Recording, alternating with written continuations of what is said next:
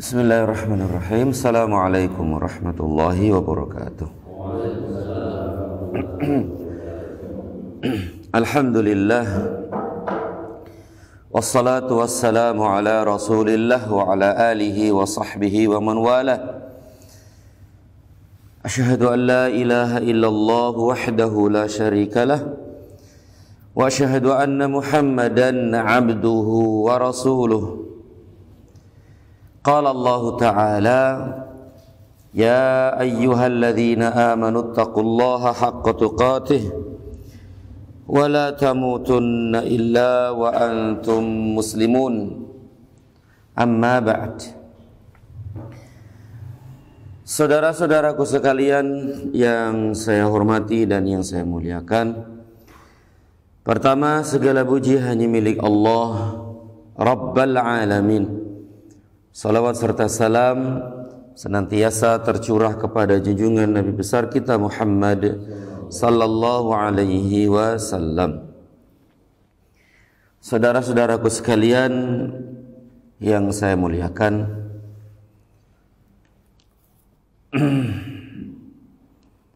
seperti biasa kajian kita di pagi yang berbahagia ini, kitab Syarah Syama'il Muhammadiyah,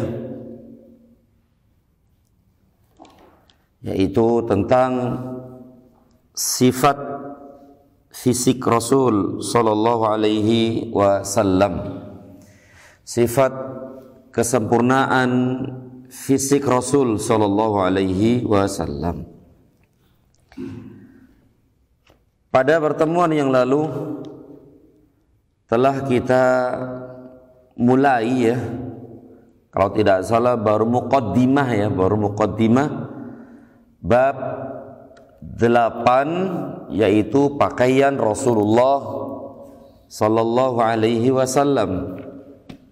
Tentang muqaddimah dulu, ya, tentang pakaian Rasulullah sallallahu alaihi wasallam.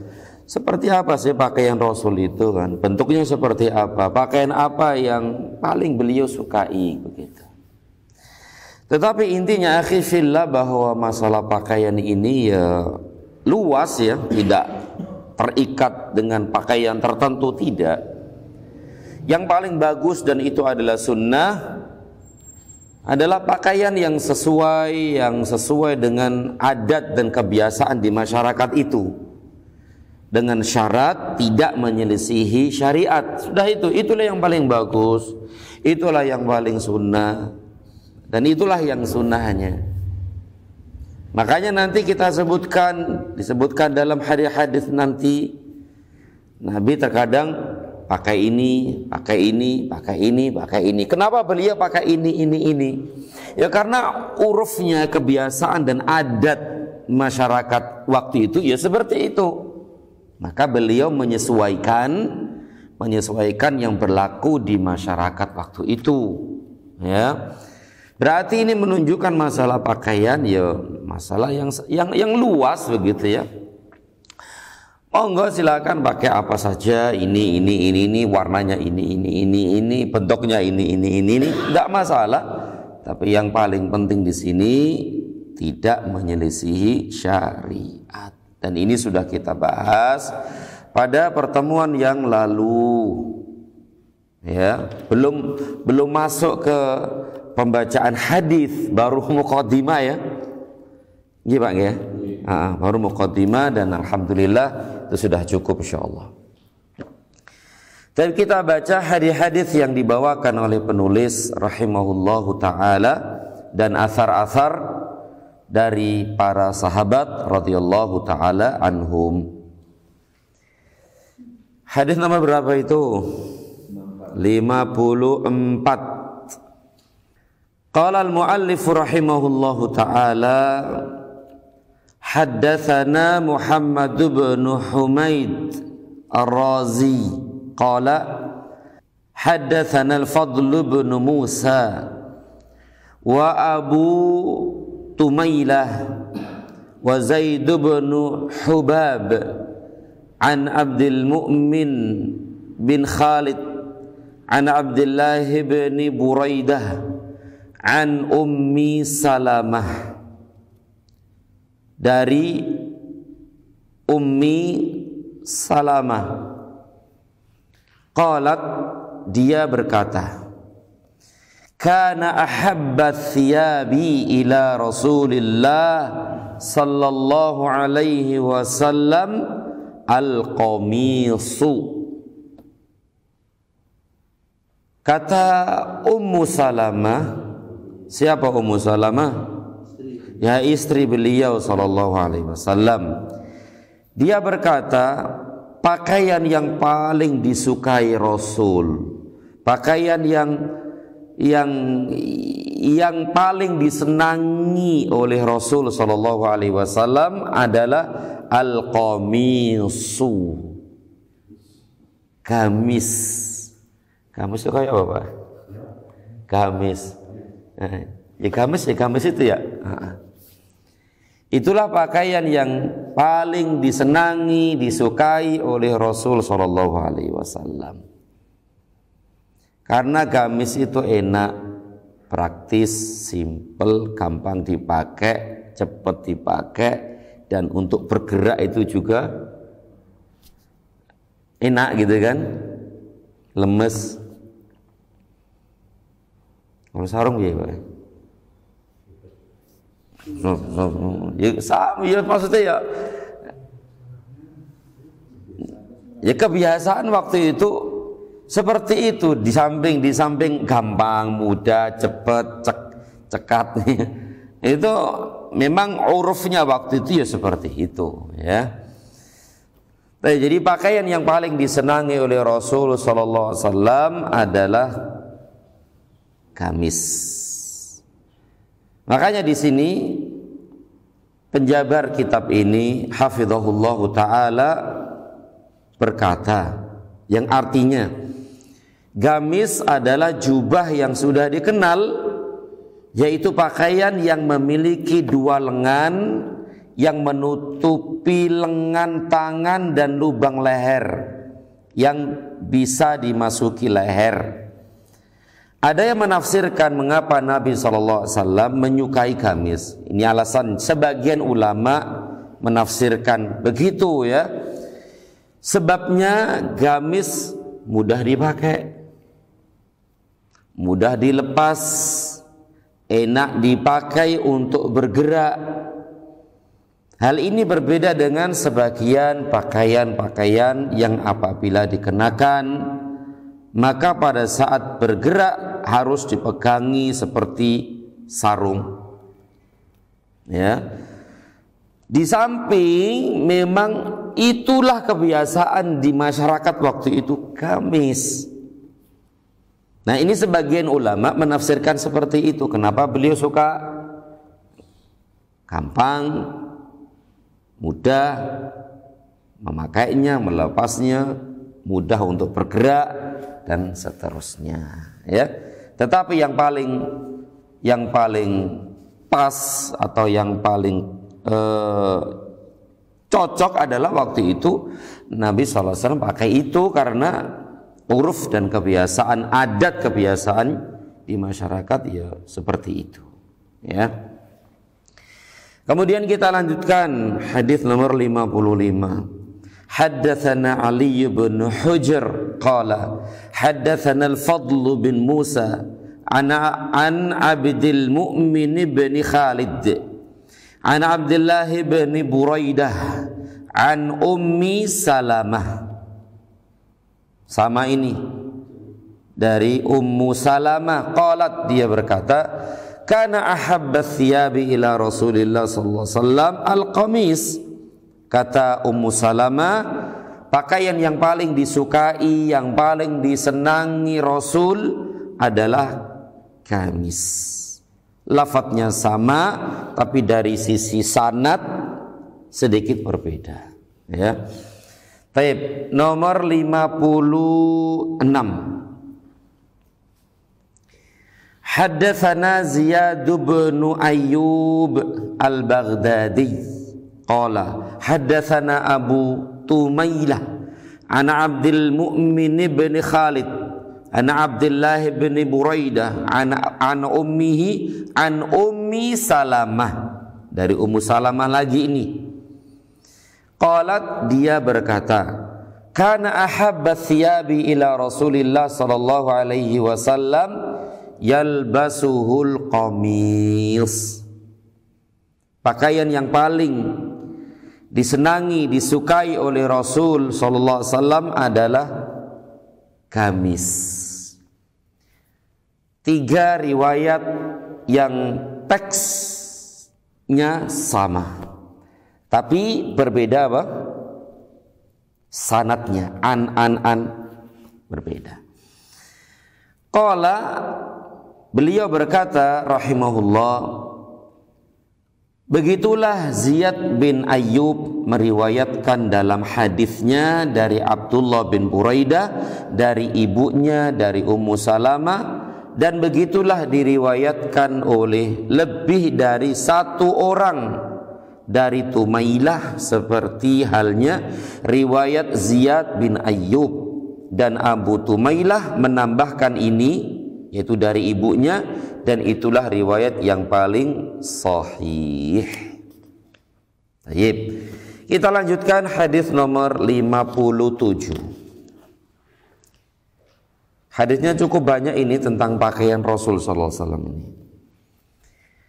Haddatsana Abdullah bin Muhammad bin al-Hajjaj qala haddatsana Mu'ad bin Hisham qala haddatsani abi an Budailin yakni ibnu Maisarah al-Uqailiyya an Syahr bin Haushab an Asma binti Yazid.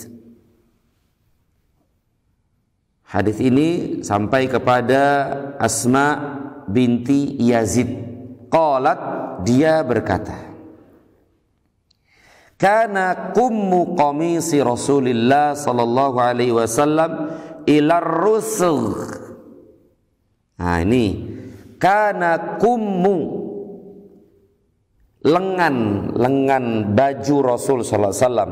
Ini lengan baju Rasul sallallahu alaihi wasallam, atau lengan gamis Rasul sallallahu alaihi wasallam ila rusugh, sampai pada pergelangan tangan. Tidak sampai menjulur ke, tidak sampai melebihi pergelangan tangan. Ya sampai di sini. Dan memang itulah yang disyariatkan. Bahkan sebagian ulama melebihkan dari ini, itu namanya isbal juga ya. Namanya isbal juga, isbal dalam tangan gitu. Tetapi bagusnya adalah sampai pergelangan tangan, karena beliau melakukan itu, dan pakaian Rasul memang seperti itu.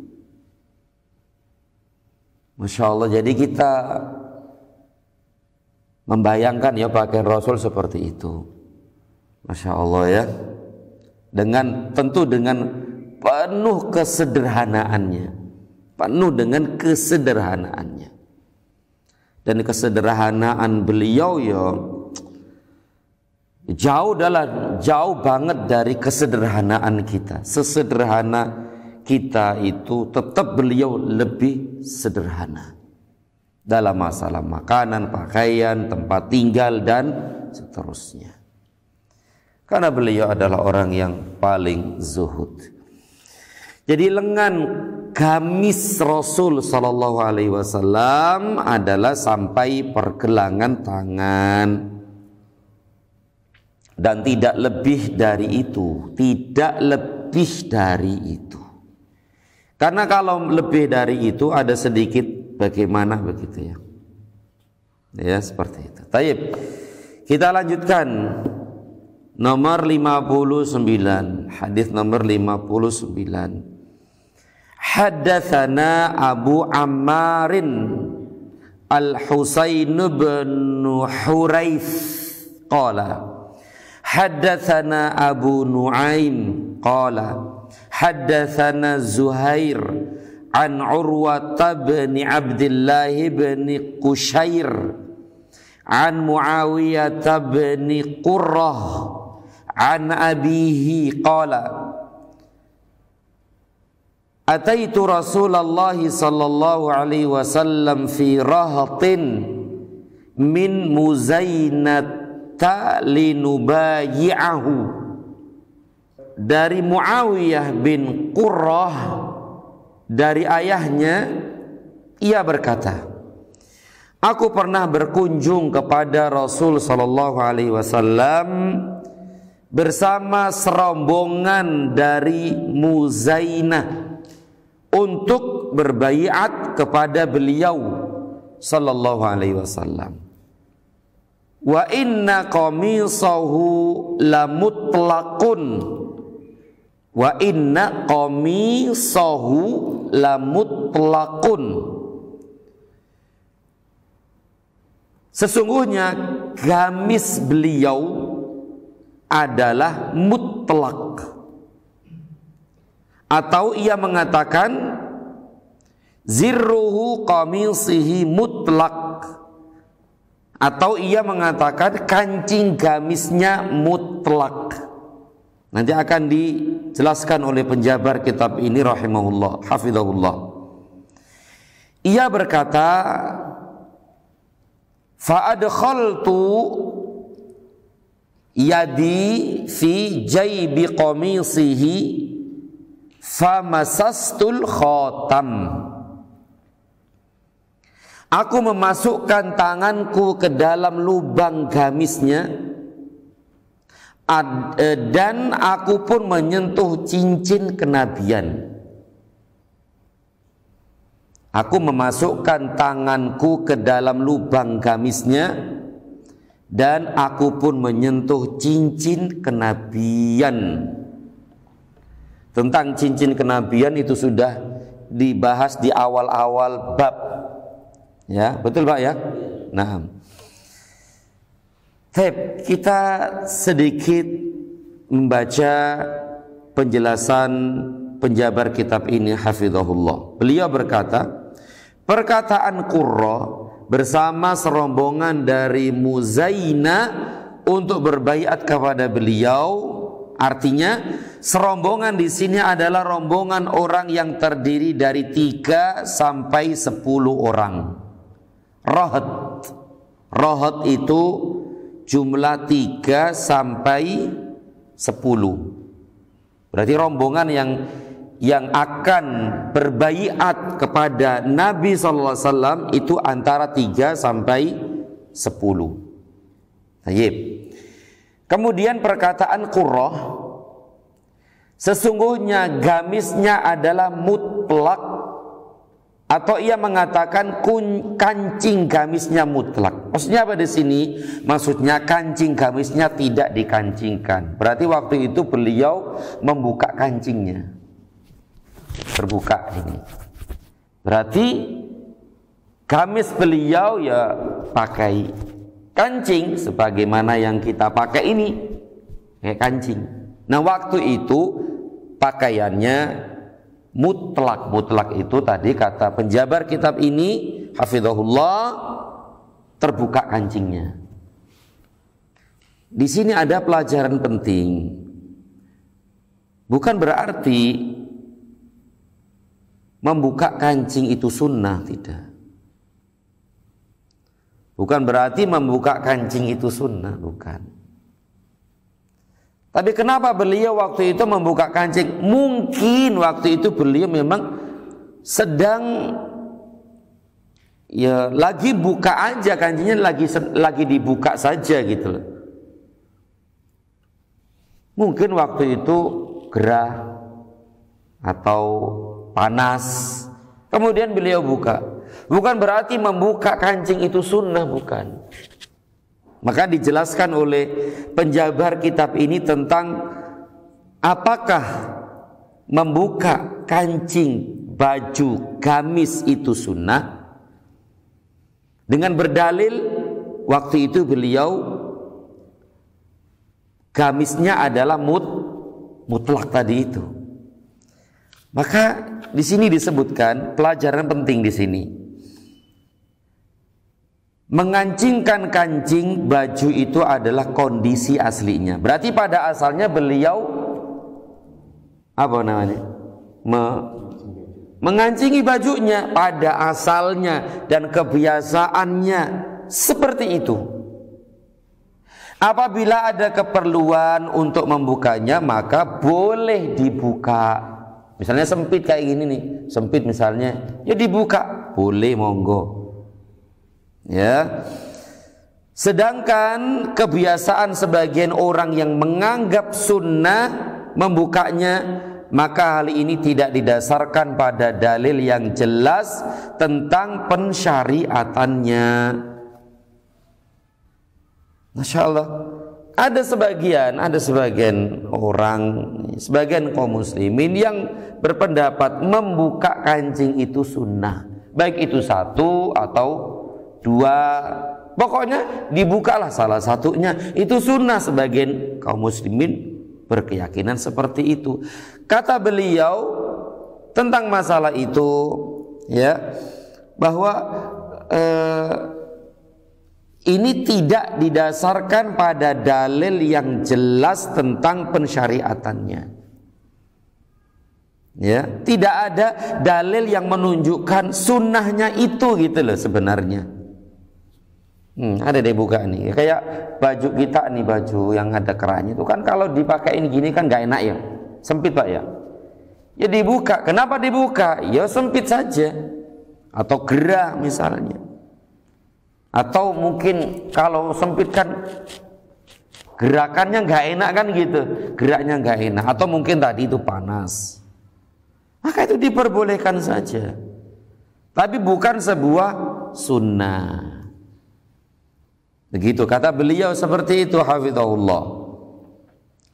Dan hadis ini, hadis yang baru kita baca, tidak menunjukkan tentang sunnahnya membuka kancing baju sama sekali. Kenapa? Karena tidak diketahui apakah beliau membuka kancing gamisnya sebagai bentuk ibadah atau karena sunnahnya, atau beliau membukanya karena ada tujuan tertentu, misalnya karena gerah atau kepanasan, atau panasnya dada beliau, atau hal-hal yang lainnya. Dan yang menjadi dugaan kuat, kata beliau hafizahullah, kemungkinan besar gitu, kemungkinan besar dan terbesar adalah beliau membuka kancing gamis beliau tersebut bukan sebagai sunnah, bukan sunnah ternyata. Kenapa? Seandainya membuka kancing baju itu sunnah, maka gamisnya tidak perlu diberi kancing dari awalnya. Kalau gitu ngapain dipakai kancing kalau memang itu sunnah? Ya, lalu apa faedahnya jika tidak diberi kancing?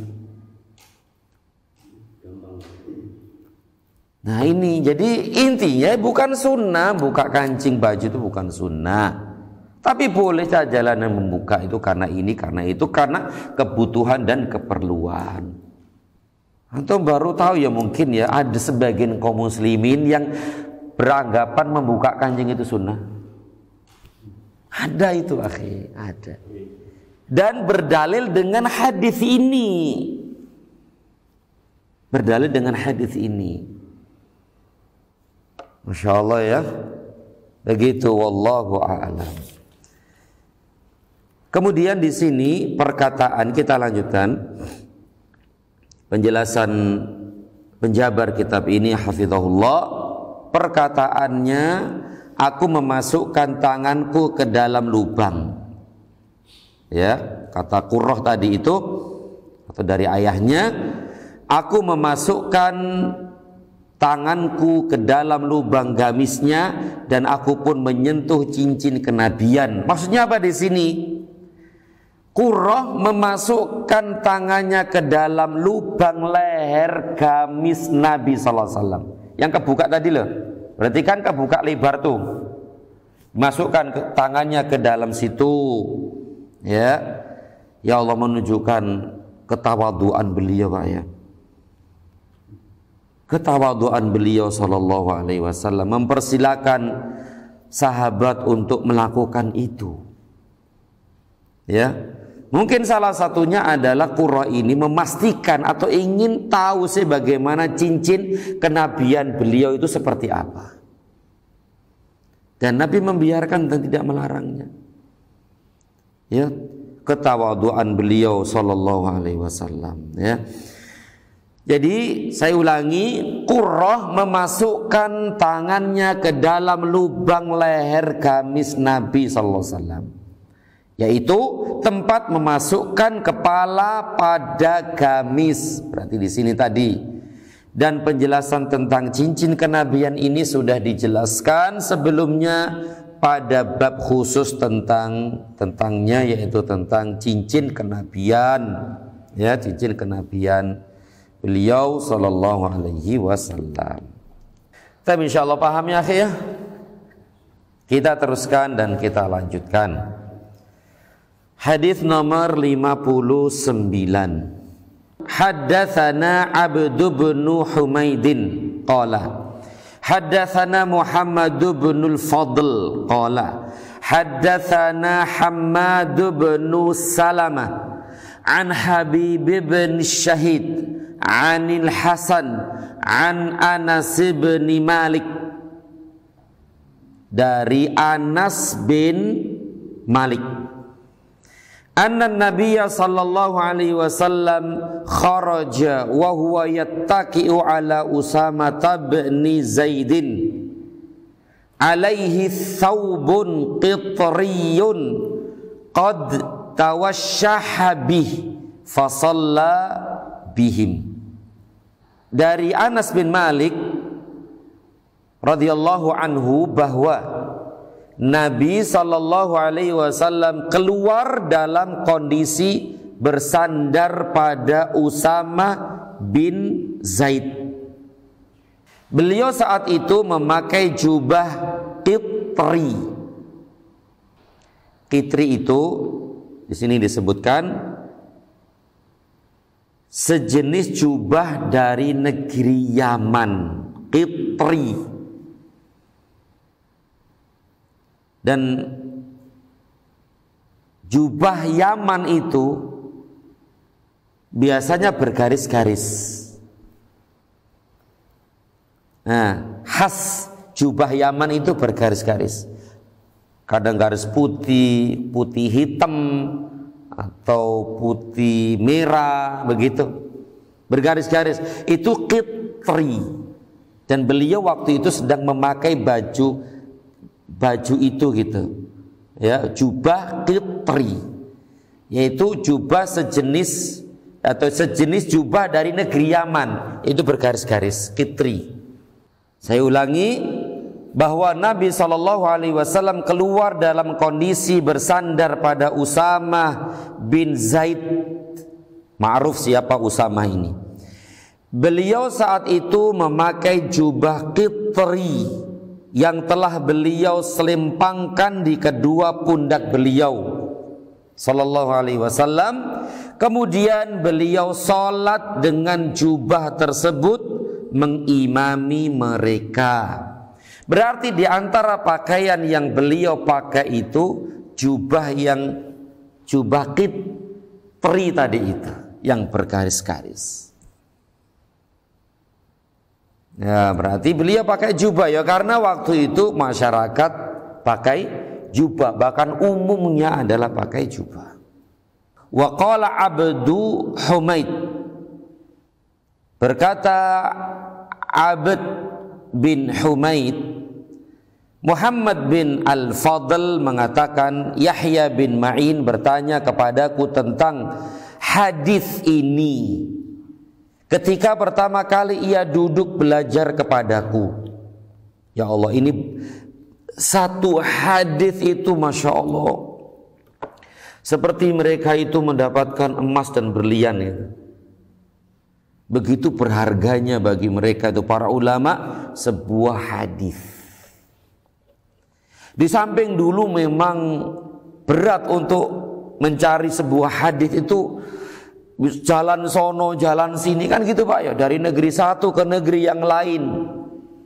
Tidak semudah di zaman sekarang ini, tinggal itu sudah keluar semua, mau lafadz seperti apa ya, Masya Allah, mudah banget sekarang, udah diterjemah, bahkan kliknya itu sudah ada terjemahannya, bahkan sudah ada penjelasannya, sudah ada syarahnya. Mudah zaman kita sekarang ini. Tapi kembali lagi kepada kemauan Pak nggih. Mau apa ndak Pak ya? Gitu aja sih. Ya, Masya Allah. Nah coba nih, Yahya bin Ma'in bertanya kepadaku tentang hadis ini ketika pertama kali ia duduk belajar kepadaku. Maka aku jawab, Hammad bin Salamah bercerita kepada kami, ia berkata, kalau dari catatanmu bagaimana? Kemudian aku berdiri untuk mengambil catatanku. Lalu ia memegang jubahku seraya berkata, diktekan hadis itu kepadaku. Aku khawatir tidak akan bertemu denganmu lagi. Karena dulu itu safarnya jauh Pak. Dan untuk balik lagi ke sini itu membutuhkan waktu yang cukup panjang dan jarak yang cukup panjang gitu loh. Ya Masya Allah. Diktekan hadis ini kepadaku. Aku khawatir tidak akan bertemu denganmu lagi. Kemudian aku pun mendiktekannya kepadanya. Kemudian aku mengeluarkan catatanku dan aku bacakan kepadanya. Ya Allah, ya begitu luar biasa mereka itu menjaga hadis. Bahkan sangat bahagia banget ketika mereka mendapatkan hadis-hadis dari Nabi SAW. Bahkan ketika di antara mereka mendengar ada satu hadis di ujung negeri yang jauh di sana, mereka datang ke sana untuk mendapatkan 1, 2, 3 hadis. Hadis ini akhi. Dan mungkin hadisnya menurut kita pendek, misalnya pendek gitu kan. Tapi mereka datang ke sana karena betul-betul mereka itu memuliakan hadis Nabi SAW. Ya Allah ya, sehingga betul-betul berkah ilmu mereka itu betul-betul barokah dan bisa dinikmati oleh generasi berikutnya sampai sekarang ini, dan kita menikmatinya ini. Tinggal buka ya Pak, tinggal buka sudah selesai. Makanya nikmat sekali ya kita di zaman seperti sekarang ini ya, Masya Allah. Semuanya serba mudah. Taib, kita lanjutkan akhi fillah. Hadis nomor 60. Hadatsana Suwaid bin Nasr qala Haddatsana Abdullah bin Mubarak an Sa'id bin Iyasin al-Jurairi an Abi Nadrah an Abi Sa'id al-Khudri qala. Hadits ini sampai kepada sahabat yang mulia Abi Sa'id al-Khudri. Qala, dia berkata, kana Rasulullah sallallahu alaihi wasallam idza istajadda thawban sammahu bismihi imamatan au qamisan au ridaan. Ini penting, Jika Rasulullah sallallahu alaihi wasallam mempunyai baju baru, nah inilah sunnahnya nih. Jika Rasulullah sallallahu alaihi wasallam mempunyai baju baru, maka beliau memberi nama sesuai dengan jenisnya, baik sorban, gamis, atau selendang. Selendang itu pakaian atas di sini. Lalu beliau berdoa. Berdoa. Nah, ini doa memakai baju baru. Nah, ini kalau bisa ya diapalkan. Ya, Nabi melakukannya itu ketika memakai baju baru. Beliau berdoa ini dan menyebut, memberi nama pakaian itu. Bukan berarti memberi nama itu baju saya ini kasih nama John, apa siapa gitu, Mas gitu, enggak ya. Tapi nama di sini maksudnya gamis, sarung, celana, jubah, kaos, peci, itu disebut namanya ya. Lalu berdoa. Apa doa beliau sallallahu alaihi wasallam? Allahumma lakal hamdu kama kasautanihi, as'aluka khairahu wa khaira ma suni'a lahu, wa a'udzu bika min syarrihi wa syarri ma suni'a lahu. Lafadznya mudah. Allahumma lakal hamdu. Beliau mulai dengan pujian, memuji Allah atas nikmat pakaian itu. Allahu Akbar ya. Tidak menyandarkan baju atau kenikmatan itu kepada apa ini? Kemampuannya, kekayaannya, kepandaiannya, kecakapannya dalam mencari harta. Tidak. Pertama beliau menyandarkan nikmat itu kepada Allah Subhanahu wa ta'ala dengan berdoa, Allahumma lakal hamdu. Ya Allah, bagimu segala puji. Ya kalau kita ya alhamdulillah gitu lah, segala puji. Kenapa beliau memuji? Karena ini nikmat, pakaian baru nikmat, karunia Allah, pemberian Allah, anugerah Allah. Dan beliau tidak menyandarkan nikmat itu kepada keahliannya, kekayaannya, kepandaiannya, kecakapannya. Enggak, tidak. Saya menyandarkan kepada nikmat Allah Subhanahu wa ta'ala. Dan memang seperti itulah kewajiban sebagai seorang muslim, menyandarkan semua kenikmatan itu kepada Allah Subhanahu wa ta'ala. Ya Allah, bagimu segala puji. Kama kasautanihi, sebagaimana engkau memberiku pakaian. Sebagaimana engkau memberiku pakaian. As'aluka khairahu, aku memohon kepadamu kebaikannya. Wa khaira ma suni'alahu, dan kebaikan yang akan ditimbulkannya. Wa a'udzu bika min syarrihi, dan aku berlindung kepadamu dari keburukannya. Wa syarri ma suni'a lahu, dan aku berlindung kepadamu dari keburukannya dan keburukan yang akan ditimbulkannya.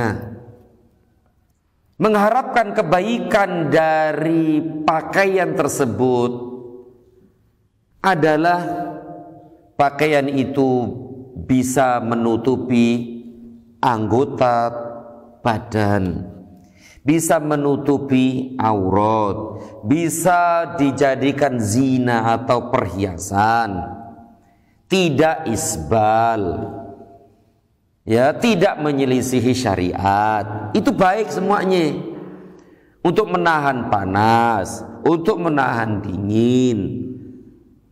Ya, tidak ada hal-hal yang menyelisihi syariat atau jauh dari kesombongan. Dan aku memohon dari keburukan dan keburukan dari pakaian itu. Misalnya pakaian kesombongan, pakaian isbal, pakaian yang menyelisihi syariat. Itu buruk kan? Itu buruk. Dan Nabi berdoa seperti itu. Tapi untuk melengkapi hadis nomor 60 ini, kita baca hadis nomor 61. Hisham bin Yunus Al-Kufi bercerita kepada kami, ia berkata, Al-Qasim bin Malik Al-Muzani bercerita kepada kami dari Al-Jurairi, dari Abu Nadrah, dari Abu Sa'ad Al-Khudri, dari Abu Sa'id Al-Khudri, dari Nabi SAW, seperti hadis di atas.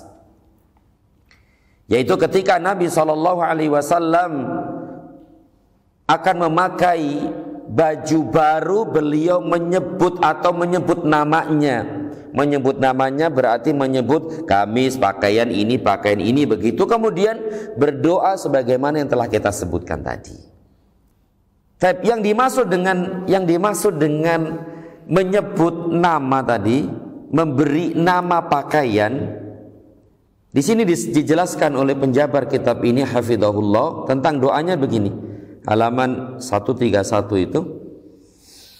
Ya Allah, bagimu segala puji sebagaimana engkau memberiku surban ini, atau gamis ini, atau selendang ini. Aku memohon kebaikannya dan kebaikan yang ditimbulkannya, dan aku mohon perlindungan dari keburukannya dan keburukan yang akan ditimbulkannya. Jadi menyebutkan jenis pakaiannya itu. Ya Allah, bagimu segala puji sebagaimana engkau memberiku peci ini, baju ini, celana ini, sepatu termasuk pakaian nggak Pak? Termasuk sepatu ini. Dan aku mohon kepadamu kebaikan dan keburukan tadi itu, mohon, dan berlindung dari keburukannya dan seterusnya tadi. Ya Allah, ya ini doa yang sangat agung sekali ya, yang mana kita menyandarkan nikmat kepada Allah dan minta kebaikan dari itu dan memohon perlindungan dari itu.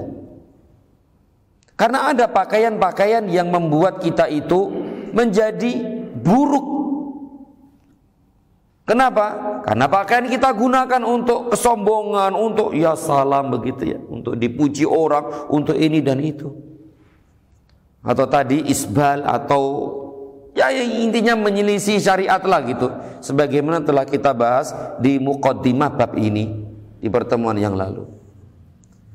Dan kebaikan-kebaikan ya banyak sekali ya, membantu kita untuk khusyuk dalam sholat ya, kemudian tenang pakaian itu ya, terhindar dari dingin panas dan terhindar dari kesombongan dan seterusnya.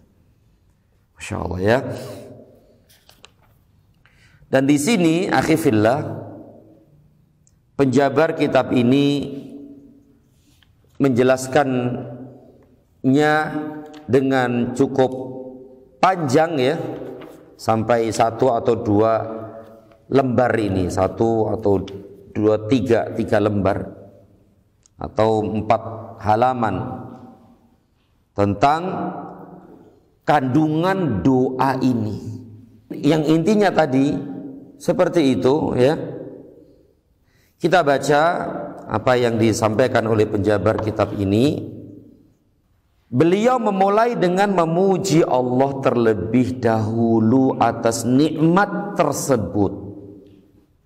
Dan tidak diragukan lagi bahwa pakaian yang menutup tubuh manusia dan auratnya, memperindah dirinya dan menjadi perhiasan baginya adalah nikmat besar dan karunia agung dari Allah Subhanahu wa taala. Allah berfirman, "Ya bani Adam, qad anzalna 'alaikum libasan yuwari sawatikum warisha wa libasut taqwa dzalika khair."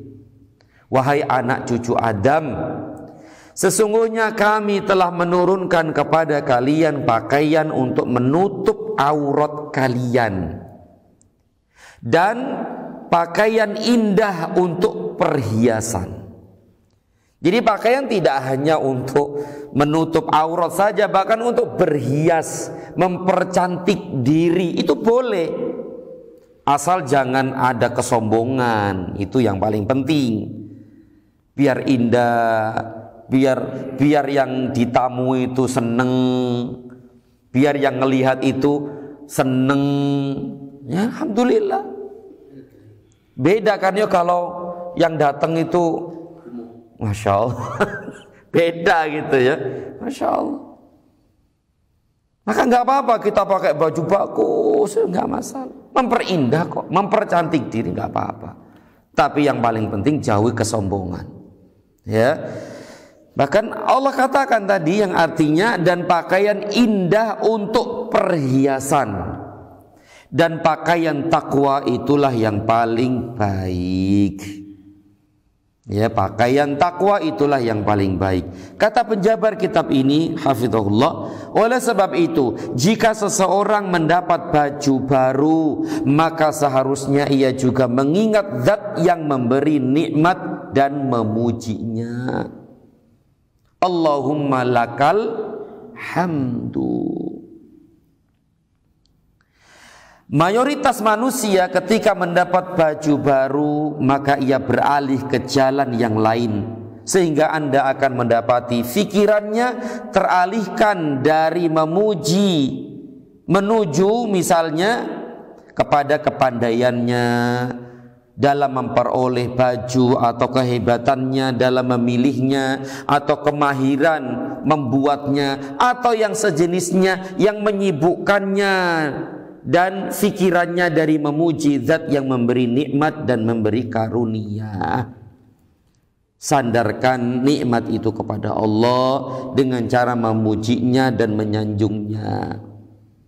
Dan tentang memohon kebaikannya tadi itu ya sudah kita jelaskan, dan meminta perlindungan dari keburukan-keburukannya pun sudah kita jelaskan di awal tadi ya.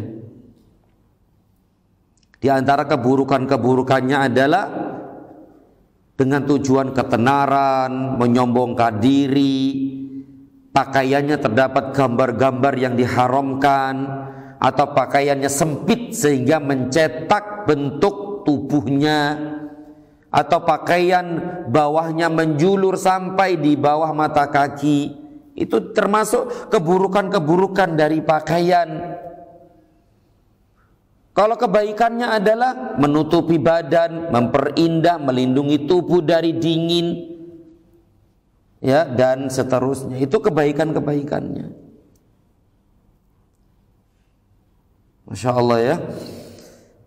Kemudian di sini yang terakhir, halaman 133, Imam Abu Dawud telah meriwayatkan hadis ini dalam sunannya dengan tambahan. Nah, ini ada tambahan hadis yang sudah kita baca tadi. Qala Abu Nadrah, fakana ashabun Nabi sallallahu alaihi wasallam idza labisa ahaduhum thawban jadidan qila lahu tubla wa yukhlifullahu ta'ala.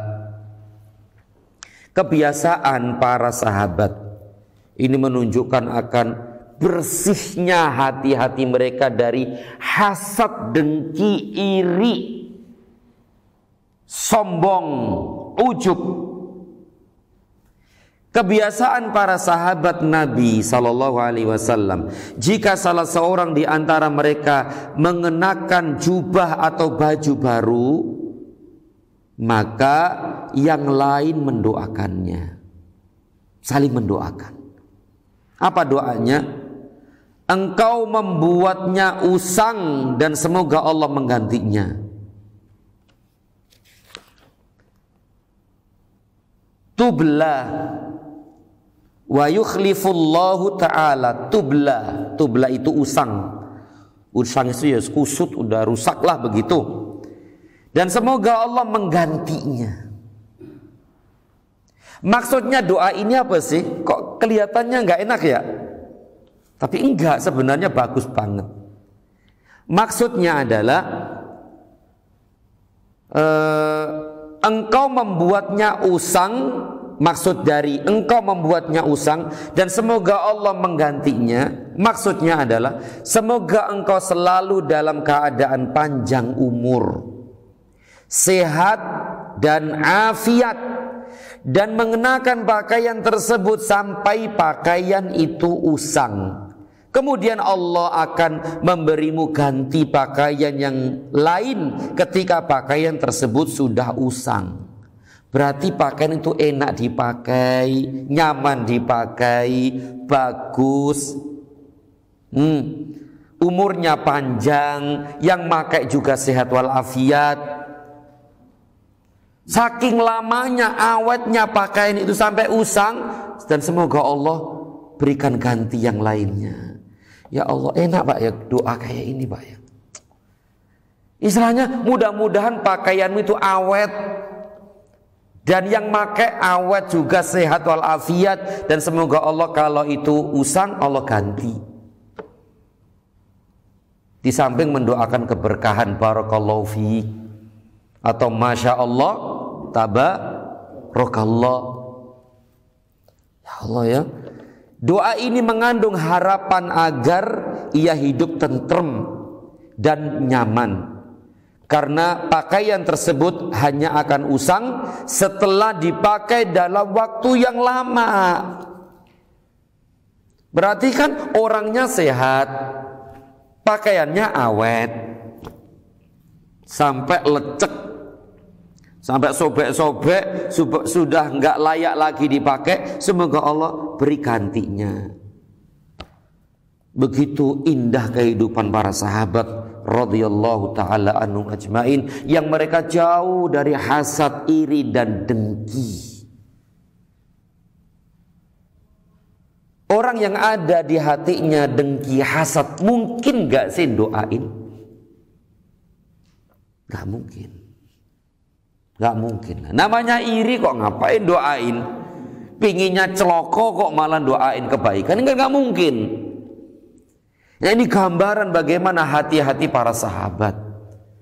Bersih hati-hati mereka itu. Dan memang Allah puji dan Rasul puji mereka itu. Maka mereka adalah generasi terbaik dari umat ini. Terbaik dari umat ini. Bahkan terbaik sepanjang zaman, sepanjang masa sampai hari kiamat.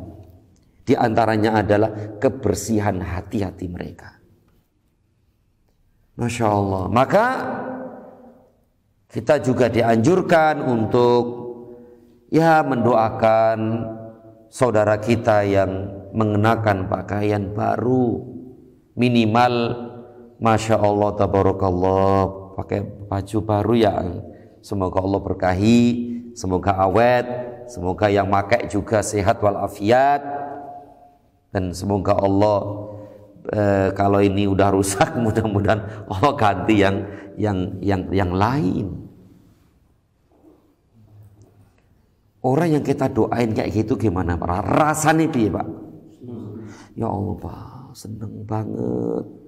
Sehingga semakin dekat ukhuwah di antara kita, semakin dekat persahabatan dan pertemanan kita. Dekat dan penuh ketulusan. Bukan hanya basa-basi, bukan. Dan inilah harapan kita. Dari doa ini saja ya Allah sudah senangnya gak ketulungan. Kita saja kalau didoain senang banget. Jazakallah khair, terima kasih banyak. Dan mudah-mudahan antum pun demikian. Nah kan begitu, saling mendoakan. Sehingga betul-betul membersihkan hati-hati kita dari keburukan-keburukannya. Bahkan Rasul SAW pun mendoakan seperti itu. Ya, di sini disebutkan selain kisah yang disampaikan oleh Abu Nadhr di sini, ada juga kisah yang semisal dengannya. Dalam Sahih Bukhari dari hadis Ummu Khalid binti Khalid bin Sa'id bin Al-As, ia berkata, Rasulullah sallallahu alaihi wasallam diberi sebuah jubah khamisah. Dikasih hadiah jubah khamisah, yaitu baju berbulu halus berwarna hitam. Kemudian beliau bersabda, berarti beliau juga pernah memakai gamis yang berwarna hitam. Kemudian beliau bersabda, menurut kalian siapakah yang pantas mengenakan jubah ini? Maka semua orang diam. Kemudian beliau bersabda, hadirkan Ummu Khalid ke hadapanku. Kemudian aku pun diperintah untuk menghadap Nabi SAW. Kemudian beliau mengenakan jubah tersebut dengan tangannya sendiri, dipakaikan langsung, ya, dipakaikan langsung Nabi SAW. Setelah itu beliau berdoa, abli wa akhlifi. Singkat ya, abli wa akhlifi, jadikanlah usang dan lusuh. Abli wa akhliqi, jadikan usang dan lusuh, sama dengan yang tadi itu para sahabat mendoakan sahabat yang lain. Ya, jadi kisahnya Nabi dikasih hadiah jubah khamisah yang berbulu halus, warnanya hitam, dan nggak dipakai. Ternyata nggak dipakai, Pak, ya, nggak dipakai, tapi dihadiahkan kepada yang lainnya. Ya Allah, ya.